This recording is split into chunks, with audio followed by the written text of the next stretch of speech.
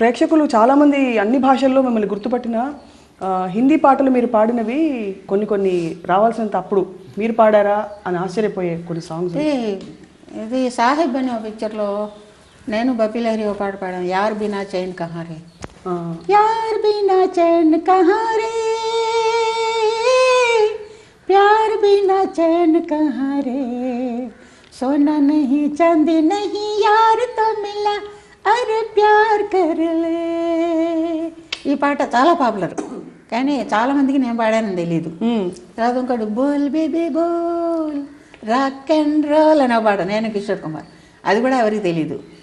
జబ్ Ladki city బజాయే और लड़का छत पर आ जाए అనే పాట కిషోర్ కుమార్. కిషోర్ కుమార్ గారు ఎలా ఆస్వాదించేవారు మీ పాటని? చాలా సరదాగా ఉండేవాడు రికార్డింగ్లో. ఆయన ఎట్ట తెలుసా, ఒక చోట నుంచుని పాడు, ఆయన పాడాడంటే రూమ్ అంతా పరిగెత్తాలి.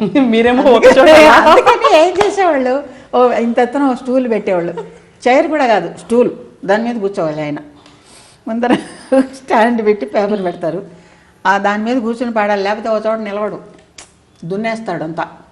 కచేరీలో చూశాను ఆయన్ని స్టేజ్ మీద, మైక్ చేతిలో పెట్టుకుని, వైర్ ఉంటుంది ఎంత పడుకుని, అది పట్టుకుని దొల్లికెంతలు స్టేజ్లో దొల్లుతూ పరిగెత్తూ పాడుతూ, అమ్మ బాబోయ్ అంటే పాడతాడు. సరదాగా ఉంటాడు, జాలీగా జోకులు వేసుకుంటూ సరదాగా. రఫీ గారు నేను తెలుగులోనే పాడాం. మీరు ఎందుకు మ్యూజిక్ డైరెక్షన్ కంటిన్యూ చేయలేదు? మీరు ఒకటి రెండు చేశారు. ఒకటి చేసిన తర్వాత కొన్ని క్యాసెట్స్ కూడా చేశారు మీరు. క్యాసెట్స్ ప్రైవేట్ క్యాసెట్స్ రే, మౌన పోరాటం సినిమా ఒకటే చేశాను నేను. నన్ను వాళ్ళు అడిగారు, అంతకుముందు కూడా అడిగారు, నేను చేయలేదు. ఆ పిక్చర్ మాత్రం మీరు తప్పకుండా చేయాలని అడిగారు, మౌన పోరాటం, సరే సరదాగా చేశాను అంతే. మీ పాటలు ఇంతమంది సింగర్స్ మీలాగే దాదాపు దగ్గరగా ఉన్నంత వరకు పాడతారు స్టేజ్ మీద. అవి విన్నప్పుడు మీకు ఏమనిపిస్తుంది అంటే, మీలాంటి వారి పాటలు పాడినప్పుడు ఒక ప్రెషర్ ఉంటుంది, మీరు పాడినట్టే పాడాలి, మన పాటలు వాళ్ళు ఆనందంగా పాడుతున్నారని సంతోషం నాకు. ఆహా నా పాటలు పాడుతున్నారు కదా అని, వాళ్ళు ఇష్టపడి నా పాటలు పాడుతున్నారు కదా, అందువల్ల నాకు సంతోషం. మీ స్వర వారసులు ఉన్నారా జానకి గారు? నిజంగా అలా వారసులు అంటే ఎవరు ఉన్నారు? ఇప్పుడు పాడే పిల్లలు పాడుతున్నారు కదా, కొత్తగా పాడేవాళ్ళు, వాళ్ళు అట్ట పాడాలని ఆనందంతో నా పాటలు నాకు మళ్ళీ పాడాలని ఆనందంతో తెచ్చుకుని పాడుతూ ఉంటారు. ఇప్పుడు సినిమాలో కూడా ఎంతోమంది, ఇప్పుడు చిత్ర వాళ్ళందరూ చిన్నప్పటి నుంచి నా అడ్మైరర్సే. చిత్ర ఉంది చిన్నప్పటి నుంచి అసలు నా భక్తురాలని చెప్పొచ్చు అమ్మాయి. అవును, పిచ్చి ప్రేమ. అద్భుతమైన ప్రయాణం మీది. మీరు ఇంకా అసలు 10 కాలాల పాటు పాడుతూనే ఉండాలి. పాడుతున్నాను, ఉన్ననాళ్ళు పాడాలనే. అడపదడప ఎప్పుడన్నా ఒక రికార్డింగ్ ఉంటుంది, ప్రైవేట్ సాంగ్స్ భక్తి పాటలు అవి వస్తూ ఉంటాయి. సినిమాలో కూడా ఈ మధ్యనే పాడాను, తమిళ్లో అర్జున్ పిక్చరు డ్యూయట్, నేను బాలసుబ్రహ్మణ్యం, బాగానే ఉంది పాట, పర్వాలేదు. మీరు డబ్బింగ్ కూడా చెప్పారా జానకమ్మ గారు? డబ్బింగ్ సందమామ రావే అనే పిక్చర్లో సుజీ అని అమ్మాయి యాక్ట్రెస్, చిన్నప్పుడు సుజిత చిన్నపిల్లప్పుడు, ఆ అమ్మాయికి డబ్బింగ్ మాట్లాడాను. తర్వాత జడ్జిమెంట్ అనే పిక్చరు. అవన్నీ చుట్టూ జరిగిన కొన్ని సంఘటనలు అయినా కూడా మీరు మాత్రం పాట కోసమే పుట్టారు, పాట మీకోసం పుట్టింది కూడా. మీరు అన్ని భాషల్లో రాణించి పాడారు దాదాపుగా. దక్షిణ భారతదేశం పాడాను, ఒరియా, బెంగాలీ, కొంకణి, తుళు, సౌరాష్ట్ర, అబ్బా, సిన్హలీసు అని ఒరియాలో చాలా ఉన్నాయి మంచి పాటలు, చాలా హిట్ సాంగ్స్ ఉన్నాయి. ఇప్పుడు ఇంకా ఫలానా భాష నేను పాడలేదు, పాడాలి. బడుగాను భాష, ఊటీ, ఆ భాష ఒకటి ఏవో పాడాను. హిందీ, తెలుగు, తమిళ, కన్నడం, మలయాళం రెగ్యులర్గా. పంజాబీ కూడా మలయాళం పిక్చర్లో ఫుల్ పంజాబీ సాంగ్. మలయాళం పిక్చర్లో పంజాబీ సాంగ్? అవును, నేను పిబి శ్రీనివాస్ పాడాను. తర్వాత జర్మన్ లాంగ్వేజ్లో పాడాను, ఇంగ్లీషు, తెలుగులోనే ఇంగ్లీష్ పాట పాడాను, స్వయం కృషి, అందులో ఒక ఇంగ్లీష్ పాట. పాట తప్ప మీకు వేరే ప్రపంచం తెలుసా అసలు? నాకే నేను ఏం చేస్తాను, పాడితే లేకపోతే ఇంట్లో కూర్చుంటా అంతే. వంట అది ఎప్పుడేం చేశారా? వంట రాదు. నాకు అదృష్టం ఏంటంటే, మా అత్తగారి ఇంట్లోనేమో మా అత్తగారే చూసుకునేవాడు నన్ను, చాలా బిడ్డ కంటే ఎక్కువగా ఆవిడ చూసుకున్నారు. ఎప్పుడు బయట రికార్డింగ్లే, వద్దున పోదు ఎప్పుడు అసలు ఇంటికే వచ్చేదాన్ని కదా. తర్వాత నాకు అదృష్టం ఏంటంటే నా కోడలు బాగా చూసుకుంటుంది. ఇప్పుడు కోడలు, అప్పుడు అత్తగారు, నాకు అసలు రెస్పాన్సిబిలిటీ లేదు ఇంట్లో. జానకి గారి కట్టు బొట్టు కూడా ప్రత్యేకంగా ఉండేది ఎప్పుడు కూడా. మీరు ₹10 అంత పెద్ద బొట్టు పెట్టుకుని చక్కగా కళకళగా అట్ట బొట్టు పెద్దదిగా పెట్టుకునేదాన్ని, అంత ఇష్టంగా ఉండేది. ఇప్పుడు స్పెసిఫిక్గా మీరు మీ కాస్ట్యూమ్ కూడా ఒక పద్ధతిగా మీరు అంటే అంతే. తను పోయిన తర్వాత నేను కలర్ శారీస్ అన్నీ కట్టుకోవట్లేదు, వైటే కట్టుకుంటాను, జరీ కూడా కట్టుకోను. సిల్క్ ఇవన్నీ కట్టను. ఎందుకో అట్లా అయిపోయింది. అందరూ గొడవ చేశారు, ఎందుకు ఇట్లా ఉండాలి, నువ్వు హాయిగా మంచి బట్టలు అవి కట్టుకునేదిగా ఉండొచ్చు కదా, బొట్టు పెట్టుకోవచ్చు కదా. బొట్టే తనే లేనప్పుడు ఇంకా బొట్టు ఎందుకు, నాకు ఇష్టం లేదు. ఇప్పుడు మొహం అంతా ఇంత పెద్ద బొట్టు పెట్టినా కూడా అప్పుడు పెట్టుకున్న వాల్యూ ఉంటుందా? ఉండదు కదా. తను ఉన్నప్పుడు ఎంత పెద్ద బొట్టు పెట్టినా దానికి వాల్యూ, ఇప్పుడు మొహం అంతా బొట్టే పెట్టినా కూడా ఆ వాల్యూ రాదు. మీకు ఇంకేమైనా ఏమేమి కోరికలు ఉన్నాయమ్మా ఇప్పుడు స్టేజ్లో అన్నీ నాకేం చూశారు, నాకు నిండైన జీవితం. నేనెవరని నేను తెలుసుకోవాలి. నాకు అంబిషన్ అదొకటే, నేనెవరు ప్రతి మనిషి తెలుసుకోవాల్సింది అది. మనం ఈ దేహం కాదు, మనలో ఉండే పరమాత్మని మనం తెలుసుకోవాలి. మనకు కావాల్సింది అది. ఏదో కారణంతో దేహం పెట్టుకుని మనం వస్తాం, కానీ ఈ దేహం మనం కాదు, మనలో ఉండేదే పరమాత్మ, అది మనం తెలుసుకోవాలి. అదే నా అంబిషన్. అది తెలిసిందంటే ఇంకా ఉండక్కర్లేదు. అది తెలుసుకుంటే దాకా ఈ దేహాన్ని ఎట్టయినా కాపాడమని ప్రే చేసుకోవాలి. ప్రతి మనిషి తొందరపడాలి ఈ విషయానికి, లేట్ చేయకూడదు. మిగిలినవన్నీ ఏమున్నాయి, మళ్ళీ రొటీన్ తింటాం, పడుకుంటాం, పోతాం, మళ్ళీ వస్తాం, పోయినా మళ్ళీ వస్తాం. ఎక్కడికి పోతాం? మళ్ళీ పుడుతుంది ఆత్మ. ఇది పుట్టకుండా దీన్ని పరమాత్మలో ఐక్యమేట్ చేసుకోవాలంటే పరమాత్మ ఎవరని మనం తెలుసుకోవాలి, మనలో ఉండే పరమాత్మని మనం తెలుసుకోవాలి, అంతే. అది కావాలి నాకు, అంతకంటే ఇంకేం లేదు. మీరు ఆర్టిస్టులను బట్టి, హీరోయిన్లను బట్టి కూడా మాకేం వాళ్ళ గొంతులు అవటం మాకేం తెలుసు? మాకు భగవంతుడు ఇచ్చింది నేను నా సంగతి చెప్తున్నా. నాకు దేవుడు ఒక గొంతు ఇచ్చాడు, నా గొంతులో నేను పాడుకుంటా. ఎవరి గొంతు ఎవరికి? ఇప్పుడు ఘంటసాల గారు నాగేశ్వరరావుకి పాడారు, రామారావు గారికి పాడారు. మీరు పిక్చర్ చూడకుండా పాట ఏదన్నా ఒకటి పాట ప్లే చేస్తాను, ఎవరికి పాడారు నాడు చెప్పండి. ఇది నాగేశ్వరరావుకి, ఇది రామారావు చెప్పగలరా? చెప్పలేరు. ఆయన గొంతులో ఆయన పాడేవాడు, గొంతులు మార్చి పాడటం ఏం లేదు. ఇంకా బాలసుబ్రహ్మణ్యం కావాలని కొన్ని చోట్ల, మొత్తం పాట కాదు, కొన్ని చోట్ల కావాలని ఏదో గొంతు అట్ట చేస్తూ ఉంటాడు. అది కూడా అనవసరం. పిక్చర్లో చూసేప్పుడు వాళ్ళు పాడినట్టే ఉంటుంది. మీకు అసలు ఎలా సాధ్యమైందంటే ఒక 6 ఏళ్ల పిల్లవాడైనా, అమ్మాయి 3 ఏళ్ల పిల్లకి పాడాను. 3 ఏళ్ల పిల్ల. ఇక్కడికి నువ్వెక్కుడున్నావో నాకు తెలియదుగా కృష్ణ, నువ్వే నా దగ్గరికి పరిగెత్తుకురావా కృష్ణ, కృష్ణ నువ్వెక్కడా రావా ఇక్కడికి. చిన్నపిల్లలకి, పెద్దవాళ్ళకి క్లాసికల్ని క్లాసికల్గా, అటు ఫోక్ సాంగ్ని ఫోక్ సాంగ్ బాణీలు మార్చి పాడగలిగే ఏకైక గాయని జానకి గారని చెప్పాలి. అది ఉన్నమాట. థ్యాంక్ యూ, మీ అభిప్రాయానికి చాలా థ్యాంక్స్. కానీ మీకు అప్పుడు ఇతర సింగర్స్ నుంచి మీరు అంటే కొంత పాటకు తగ్గట్టు నేను ఎక్స్ప్రెషన్ బాగా ఇచ్చి పాడడం తప్ప. ఇంకోటి ఏంటి, ఇప్పుడు పాడే పిల్లలు బాగా పాడుతున్నారు కానీ అందరి గొంతులు ఒకటిగానే ఉంటున్నాయి. ఎవరు ఏది పాడుతున్నారో తెలియట్లే. ఇంతకుముందు మీరు పీలీల గారు, సుశీల గారు, జమునారాయణ అందరి గొంతులు గుర్తుపెట్టేవాళ్ళు, జిక్కి గారు అన్నీ. ఇప్పుడు ఎవరన్నా గొంతులు గుర్తుపట్టలేకపోతున్నాం.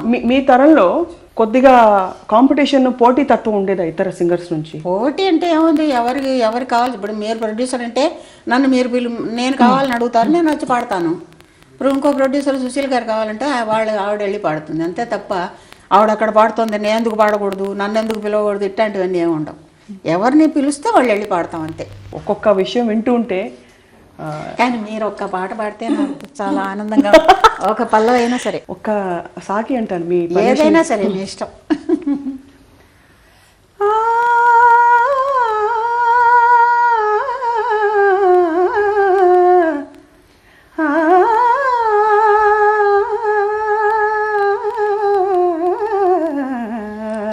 అంతేనా? Very good. నెక్స్ట్ భయంగా ఉంది మీ ముందు అది ఏ దివిలో విరిసిన పారిజాతము. ఈ పాట బాలు గారు ఒక సందర్భంలో ఒక ఇంటర్వ్యూలో చెప్పారు. నేను చాలా బాగా పాడిన పాట అంటుంటారు, కానీ ఒరిజినల్గా సినిమాలో పెట్టని ఒక వర్షన్ ఉంది జానకి గారు. సినిమాలో పెట్టలేదు. 2 లైన్లు మాకు గుర్తు చేస్తారు ఆ పాట.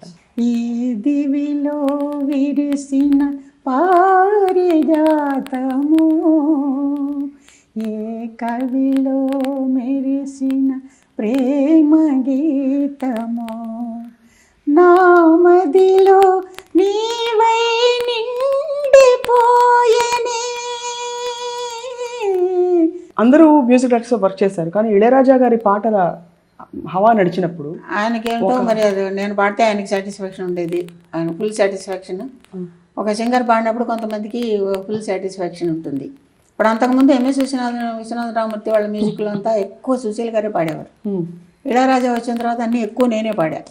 అడపా సుశీల్ గారు పాడుతుండేది. మధ్యలో ఇళయరాజా గారితో మీకు సంగీత పరంగా చాలా మంచి పీక్కి వెళ్ళిన ఫేజ్ అయినా కూడా మధ్య మధ్యలో మీరు ఆయన కోసం పాడనని చెప్పిన సందర్భాలు కూడా ఉన్నాయి.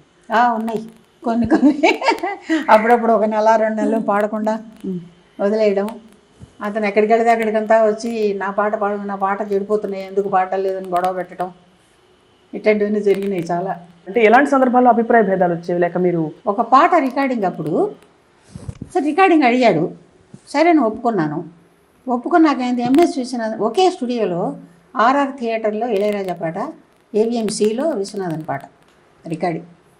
ఎంఎస్ విశ్వనాథన్ అడిగారు, నేను చెప్పాను ఇట్లా ఆయన 12 గంటలకు అలా పంపించేస్తాను అన్నాడు. ఈ లోపల ఆర్కెస్ట్రా చూసుకుంటుంటే నేను వచ్చేస్తాను, అంత తొందరగా ఆయన పంపించడు అన్నాడు ఇళయరాజా. లేదు ఆయన డెఫినెట్గా పంపిస్తానన్నారు, వచ్చేస్తాను, లేకపోతే కొంచెం అటు ఇటు అయినా కూడా నేను వచ్చి పాడతానని చెప్పాను. అక్కడ అంతసేపటికి అవ్వలే ఎంఎస్ విశ్వనాథన్ రికార్డింగ్. చెప్పాను కదా తొందరగా వెళ్ళాలని, కొంచెం తొందరగా ముగిస్తుంది, ఎంతసేపు అవుతుంది ఇంకా అని అడిగితే ఏమో నేను కలగన్నానా అన్నాడు. పంపిస్తానని చెప్పి ఒప్పుకున్న మనిషి నేను పారిపోయినాను అనుకో, ఎంత అవమానంగా ఉంటుంది, అసహ్యంగా ఉంటుంది కదా. నేను పాడని వెళ్ళిపోతే మర్యాదగా ఉండదు, పెద్దవాడు, అసహ్యంగా ఉంటుందని చెప్పి సరేలే కానీ లేని ఊరుకున్నాను. 1 గంట దాకా అయింది. 1 గంట ఏదో ఈ లోపల కంచి 4 రావడం పోవడం అన్నీ జరిగింది. సరే వచ్చేస్తున్నాం, ఎదుగు అయిపోయింది, లాస్ట్ టేక్ వచ్చేస్తున్నాం అని మా ఆయన చెప్పారు. బయలుదేరి కారులో ఎక్కాం. వెళుతుంటే జెన్సీ పాడుతున్నది వాయిస్ వినపడింది, సేమ్ సాంగ్. మా ఆయన ఏం చేశాడు, కారు ఆపొద్దు వెళ్ళిపోదాం అన్నాడు. వచ్చేసాం. ఇంకా ఆ తర్వాత అంతా పట్టుకున్నాడు అనమాట ప్రతి చోటు. మరి రామన్నా ఏ రికార్డింగ్ అడిగినా నాకు వీల్లేదని చెప్పడం. మరి 1 గంట అయిపోయింది, నేనేం చేసేది అదేదే అన్నాడు. నువ్వు 1 గంట అయితే నువ్వు 2 గంటలకి సత్యం రికార్డింగ్లు పంపించినవి ఉన్నాయి, జ్ఞాపకం చేసుకో. అడ్జస్ట్మెంట్లే కదా ఇవన్నీ, వాళ్ళు వెయిట్ చేయలేదా నీకోసం? మరి అట్టేటప్పుడు నువ్వు కాసేపు పక్కన థియేటర్ పెట్టుకుని, ఈ పక్కన ఒకే స్టూడియోలో, ఇక్కడ ఈ పక్కన ఆ థియేటర్, ఈ పక్కనే థియేటర్, కాసేపు వెయిట్ చేయలేవా అని చెప్పాను. ఇట్టా జరిగి 2 నెలలు పాడలే. అప్పుడు శారద పిక్చర్ కూడా ఏదో రిలీజ్ ప్రివ్యూకి పిలిచారు నన్ను. ప్రివ్యూకి పిలిస్తే వెళ్ళాను. అక్కడికి వచ్చాడు ఆ ప్రివ్యూ థియేటర్కి. ఇప్పుడు ఈ సాంగ్స్ ఎలా కెట్టుకోవద్దు, నేనేం చేసేది దానికి, పాటలు చెడిపోతుంది అంటే నేనేం చేయలేదు కదా, నీ ఇష్టం, నువ్వు ఎవరి చేతనే పాడుతారు కదా, పాడేవాళ్ళు పాడి సరే ఏదో తర్వాత ఏదో కాంప్రమైజ్ అయ్యి పోనీలే ఎందుకులే అని చెప్పి పాడమన్నా. జానకి గారు బాగా టాప్కి వెళ్ళిపోతున్న సందర్భంలో అన్ని విధాల మీకు ప్రిఫరెన్స్ వచ్చేది, మ్యూజిక్ డైరెక్టర్స్ ప్రిఫరెన్స్ ఇచ్చేవారు. తర్వాత రెమ్యూనరేషన్ విషయంలో కూడా మీకే ఎక్కువ ఇచ్చేవారని చెప్పి వింటూ ఉంటారు. ఇది ఎంతవరకు నిజం అంటారు? నాకు ప్రాముఖ్యత ఇచ్చేవాళ్ళు అందరూ పాడేవాళ్ళే. ఇళయరాజా వచ్చిన తర్వాత అన్నకిళి అనే పిక్చర్ నుంచి ఇళయరాజా చేశాడు. అప్పటి నుంచి 3 వంతుల పాటలు నేనే పాడాను. రెమ్యూనరేషన్ మరి ఇతరులు ఏం తీసుకుంటారు నాకు తెలియదు కదా. మీరు సుశీల్ గారు చాలా క్లోజ్ కదండి ఒక టైంలో? క్లోజ్ అంటే కలిసినప్పుడు క్లోజ్, అంతేగాని. కానీ ఈ మధ్య కొన్ని టీవీలో ఎట్లా సుశీల్ గారి పాటలు అవి వచ్చినప్పుడు నేను అప్పుడప్పుడు ఫోన్ చేసి చెబుతూ ఉంటా, ఎంత బాగుందండి ఈ పాట, ఎంత బాగా పాడారు. ఆవిడ కూడా అక్కడక్కడ చెప్తూ ఉంటుంది నన్ను గురించి, చాలా బాగా పాడింది. కానీ ఎదురుగా ఇంట్లో ఉంటుంది, ఎదురుగుండా ఎక్కువ కలుసుకోము మేము. ఆవిడ అవార్డు నాకే ఇచ్చింది, ఫస్ట్ అవార్డు. ఒక్కొక్క మ్యూజిక్ డైరెక్టర్తో ఒక్కొక్క దశకంలో మీరు వర్క్ చేశారు. పాటల ట్రెండ్ ఎలా మారుతూ వచ్చిందని మీరు గమనించారు? అంటే అన్ని ఒక 4-5 దశాబ్దాల పాటు మీరు పాడారు. కానీ అప్పటి నుంచి ఇప్పటి వరకు నేను పాడినవన్నీ ఏదో ఎక్కువ మారడం. అప్పటి పాటలు కూడా ఇప్పుడు కొత్తగా చేసినట్టే ఉన్నాయి, కానీ ఏదో పాత టైప్లో అప్పుడెప్పుడో ఉన్న పాటలే లేవు. నీలిమేఘాలు అది అప్పుడే పాడాం 1957లో నేను వచ్చిన 2వ-3వ పాట అంతే. ఫస్ట్ సాంగ్ నీ ఆశ అడి ఆశ తెలుగులో, అది కూడా ఇప్పుడు వింటుంటే ఇప్పుడు కొత్తగా చేసినట్టే ఉంటుంది. 1957లో నేను వచ్చినప్పటి నుంచి ఇంతవరకు కూడా ట్రెండ్ ఒకటిగానే ఉన్నట్టుంది, కానీ ఆ రకంగా ఆ టైపు లేదు. బాగున్నాయి పాటలు.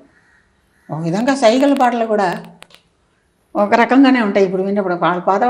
పాత వాళ్ళకి ఇష్టం ఉండొచ్చు, కానీ నాకేమో కొంచెం అబ్బెట్టుగానే అనిపిస్తుంది ఇప్పుడు వింటే. దియా జాలో ఈ రకంగా పాడతారు వాళ్ళు. అవి ఇప్పుడు మనకు నచ్చుతాయా చెప్పండి? అంట గ్రేట్ సింగర్ అని తప్పు చెప్పటంలే, కానీ ఆ టైప్గా ఉండేది అప్పుడు పాటలు. సుశీల గారు పాడిన పాత పాటలు కూడా అట్లా లేవు కదా. నీ ఉండేదా కొండపై అవన్నీ ఎంత బాగున్నాయి. మరి ఇప్పటికి విన్నా కూడా కొత్తగానే ఉన్నాయి, కానీ ఏవో పాత ఇంతకాయలు ఒక రకంగా లేవు కదా. అస్సలు లేవు. అండ్ బహుశా అప్పుడు కానీ నేను వచ్చినప్పుడు 57లో వచ్చాయి, ఇంకా సుశీల గారి కంటే ఇంకా 6 ఏళ్ళు లేటుగా. కానీ మరి నేను పాడినవి కానీ ఆవిడ పాడినవి కానీ అవన్నీ కూడా అట్లా లేవు. చందన చర్చిత అవన్నీ ఆవిడ పాడినవి ఎంత బాగున్నాయి. నేను చందన చర్చిత ఒకసారి ఒక ప్రోగ్రాంలో పాడా సినిమా ఫీల్డ్కి రాకముందు. ఆవిడ పాట వినా? చందన చర్చిత నీల కళేబర నీ పీతవసన వనమాలి, చాలా బాగుంటుంది. అది 56లో అనుకుంటా ప్రోగ్రామ్, సినిమాకి రాకముందు ప్రోగ్రాం చేసినప్పుడు. ఆ ప్రోగ్రాంకి సుశీల గారి ఫాదర్ వచ్చారు. ఆయన విని, అబ్బా చాలా బాగా పాడావమ్మా, మా అమ్మాయి పాడిన దానికి తీసిపోలేదు, అంత బాగా పాడావు, నువ్వు గ్రేట్ సింగర్ అవుతావు, ఆశీర్వాదం చేశాడు పెద్ద అయినప్పటికే. రెహమాన్ గారితో మీరు? రెహమాన్ దగ్గర చాలా మంచి పాటలే పాడా. నెంజినిలే నెంజినిలే ఊంజలే నాణంగల్ ఎన్ కണ്ணிలే, ఈ పాట హిందీలో లతా పాడింది. జియా చలే జా చలే. ఇది తెలుగు తమిళ్లో యమ హిట్ అంటే అంత హిట్ అనమాట రెహమాన్ది. చాలామంది నా ఫ్యాన్స్ కంపేరింగ్ కోసం హిందీ క్యాసెట్లు కొనుక్కున్నారు. అబ్బా, నేను పాడింది ఎట్టా ఉండి అదెట్ట పాడింది. మీకేమనిపించింది? నాకు అందరూ ఫోన్లు చేసి, అమ్మ మీరు పాడిందే మాకు చాలా నచ్చింది. ఓ, ఆవిడ బాగా పాడుతుంది ఆవిడకే, కానీ వాళ్ళందరూ చెప్పడం మాకు నచ్చలేదు, మాకు మీరు పాడిందే నచ్చింది.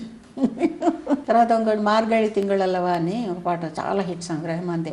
దానికి తమిళనాడు గవర్నమెంట్కి అవార్డు కూడా వచ్చింది. తర్వాత తెలుగులో కూడా వచ్చింది మొదల్వన్, ఒకే ఒకడు.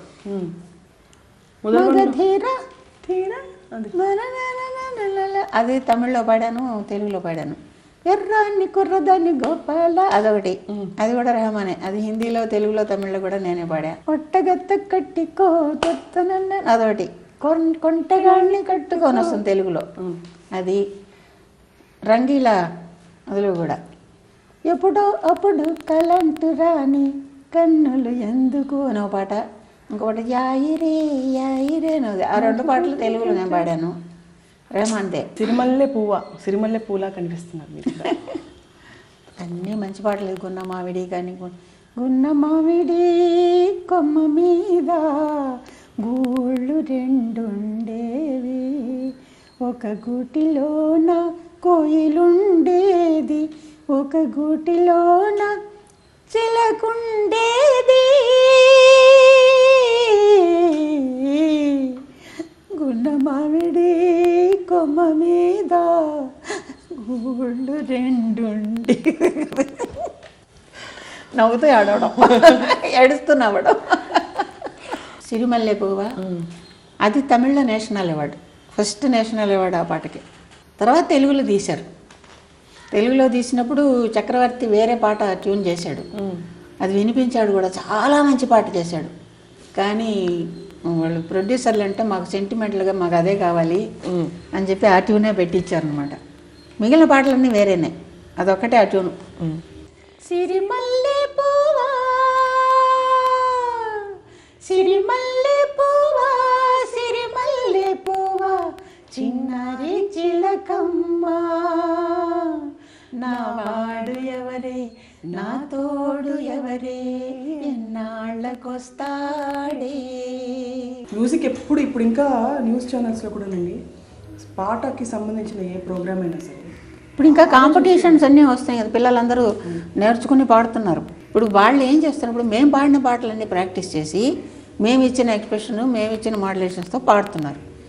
వాళ్ళకు మ్యూజిక్ డైరెక్టర్ పాట ఇచ్చినప్పుడు దాన్ని వాళ్ళకి సొంతం చేసుకుని మాడ్యులేషన్స్తో ఎక్స్ప్రెషన్స్తో వాళ్ళ గొంతులో చక్కగా అందంగా వాళ్ళు పాడగలగాలి. దానికి ఏం చేయాలంటే వీళ్ళు ఉత్త సినిమా పాటలే మేము పాడినవే ప్రాక్టీస్ చేయకుండా ప్రైవేట్ సాంగ్స్ సినిమా సంబంధం లేనివి తయారు చేసి వీళ్ళకి నేర్పాలి. ఎవరన్నా నేర్పించి ఆ పాటలు పాడించాలన్నమాట. అప్పుడు వీళ్ళు ఎట్లా పాడుతున్నారు ఏంటి అనేది వస్తుంది. నేను మాట్లాడిందంతా విన్న ప్రేక్షకుల జనానికి చాలా సంతోషంగా నమస్కారం చేస్తున్నాను. అందరూ బాగుండాలి. Very happy. Kalaimamani doctor S Janaki garu, thank you. మీరు 10 కాలాలు పాడుతూ